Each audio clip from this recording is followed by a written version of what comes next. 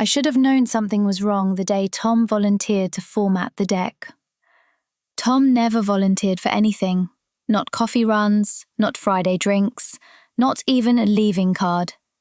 So when he offered, 2 weeks before the executive review, to take my 50-slide rebuild deck and tighten it up overnight, I should have said no. Instead, I said thank you. That was the mistake that cost me the next 18 months of my career. I'd been at the company 4 years, senior product manager, reasonable comp, good reputation, a team I'd built piece by piece. The rebuild project had landed in our department in January. It was the biggest thing the company had launched in 3 years. A complete platform overhaul, 8 months of work, 4 engineering teams, a new front end, a new pricing model, a new everything. 2 senior PMs were in the running to lead it, me and Tom. We'd both pitched our strategies in the autumn. The director, a new hire, 6 months into the role, didn't know any of us well. He chose mine. I led the build for 7 months. Tom stayed on the project, but on a smaller work stream. He smiled. He was supportive at every meeting. He sent me kind messages at the end of long weeks. The deck for the executive review was due on a Friday. I'd built it over 3 weeks with my engineering lead, a senior architect called Niall. 87 slides, architecture decisions, customer research, financial modelling, the lot. Tom asked on the Wednesday if he could take it home and tidy the formatting. He said he'd done some design work before. He said he wanted to make it look really clean. I said yes. The executive review was on the Tuesday. I walked into the boardroom expecting to present my work. The deck was on the screen already. Tom was at the front of the room. Every author slot at the bottom of every slide read his name. Mine had been removed. 3 of the most important architecture decisions had been reframed in his voice. I recommended, I argued, I built consensus. 6 slides had been moved out of order so that the strategic thinking now read as if Tom had been driving it from the start. The financial modelling section had a new line at the top that said, "In close collaboration with the team." I sat down. I said nothing. Tom presented for 40 minutes. I answered 3 questions afterwards.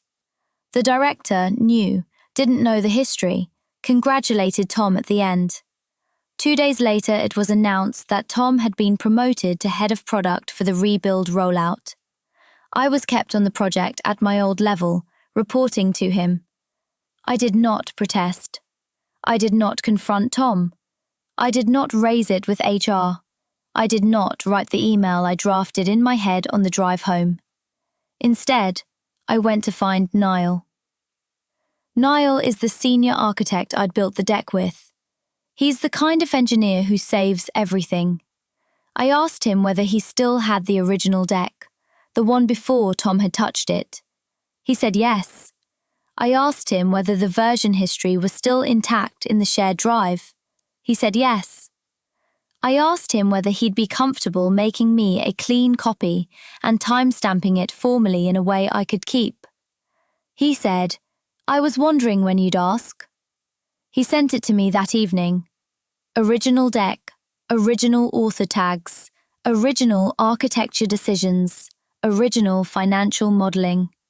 The version history showed every edit by Tom on the Wednesday and Thursday before review. The diff was clean and brutal. I didn't do anything with it yet. I just kept it. Over the next 3 months, I quietly did 3 things. 1. I requested a one-on-one with my old director, the one who had hired me 4 years earlier and was now on the executive committee, but 2 steps removed. I told her I was thinking about my next move. I asked her advice. I did not mention Tom. I did not mention the deck. I did mention what I'd built and led on the rebuild in detail, with the receipts to back it up. She listened. She said, "Don't make any sudden moves, but keep this record." 2. I started taking calls from recruiters I'd ignored for years. By month 2, I had 3 live conversations.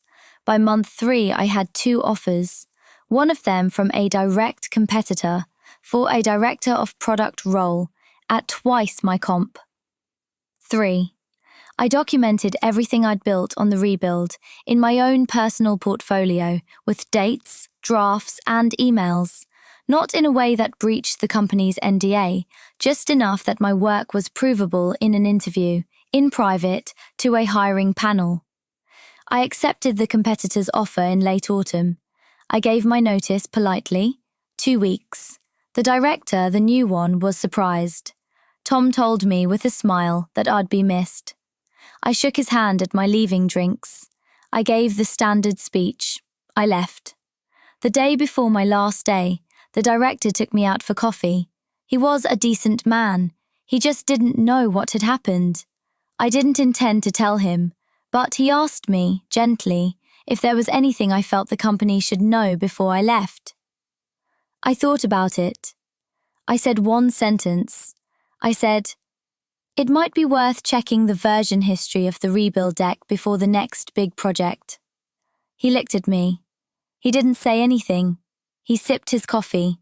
He thanked me for my time. I never knew exactly what he did with that. I knew he didn't fire Tom. He didn't need to. 3 months later, when the rebuild rollout hit its first major missed milestone, the director quietly took the project off Tom's plate and gave it to a different PM. I heard from a former colleague that the director had said the words, "lacks ownership of the architecture," in a leadership review. I knew what that meant. 18 months after I left, my new company won the biggest contract of the year. A contract worth around $4 million in annual revenue. Off my old company. In a head-to-head pitch. I led the pitch. The client's procurement lead told me afterwards that what tipped the decision was the depth of the architectural thinking on our side. They'd been on the receiving end of the rebuild rollout the previous year. They'd noticed the difference. The pitch I won was, in many ways, the same thinking I'd built for the rebuild deck.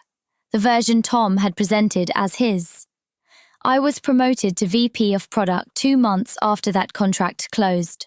My old company's rebuild rollout missed 3 more milestones. Tom was managed out about 2 years after I left. The kind of "we want different things" exit that everyone in the company knew the meaning of. I don't think about it often. I sometimes hear his name in industry conversations and feel nothing. I'm older now. The work I lead is good. The teams I run are better than the team I lost. I learned one thing from that whole stretch. People who steal credit can't replicate the work. The credit gets them through the next promotion. The work catches up with them on the one after that. You don't need to fight them. You just need to keep building, keep documenting, and let the work speak. If you've been close to something like this, if you've sat in a meeting and watched your work walk away under someone else's name, or worse, lived it yourself, you're not alone. I'll be back. Monday, Wednesday, Saturday. Stay quiet.